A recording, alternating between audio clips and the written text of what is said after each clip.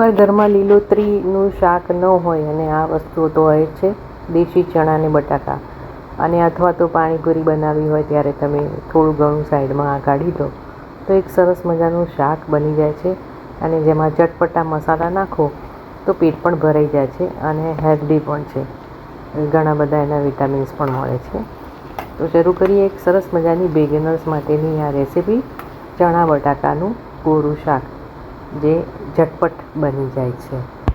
નમસ્તે મિત્રો, માયાદીપક 22 યુટ્યુબ ચેનલમાં આપ સૌનું સ્વાગત છે. હજુ સુધી મારી ચેનલ સબસ્ક્રાઈબ ના કરી હોય તો માયાદીપક 22 સબસ્ક્રાઈબ કરો, લાઈક કરો, શેર કરો, કોમેન્ટ કરો.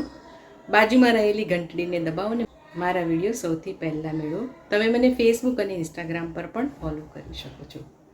શરૂ કરીએ આજની સરસ મજાની રેસીપી. બાફેલા ચણા બટાકાનું કોરું શાક અને મારા દીકરાને બહુ ભાવે. પાણીપુરી બનાવી હોય તો થોડાક બટાકા અને ચણા જુદા કાઢીને બનાવી જ આપવાનું. તો કઢાઈમાં જરૂર મુજબ તેલ, રાઈ, જીરું, હિંગ, મીઠો લીમડો, કાપેલા મરચાં, બાફેલા બટાકા, બાફેલા ચણા બટાકા ઓછા વધતા પણ લઈ શકો છો.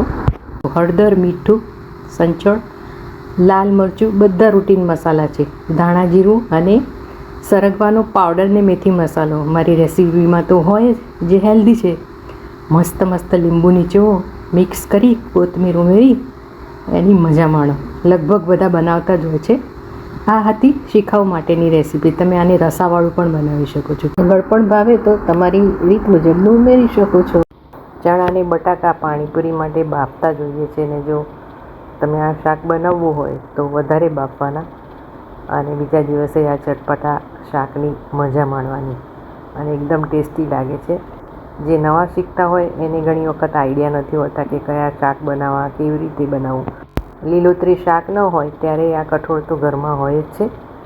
અને જ્યારે પણ પાણીપુરી બનાવતા હોય અથવા તો તમે એને આગલા દિવસે પલાળીને બાફો તો પણ આ સરસ શાક તૈયાર થઈ જાય છે.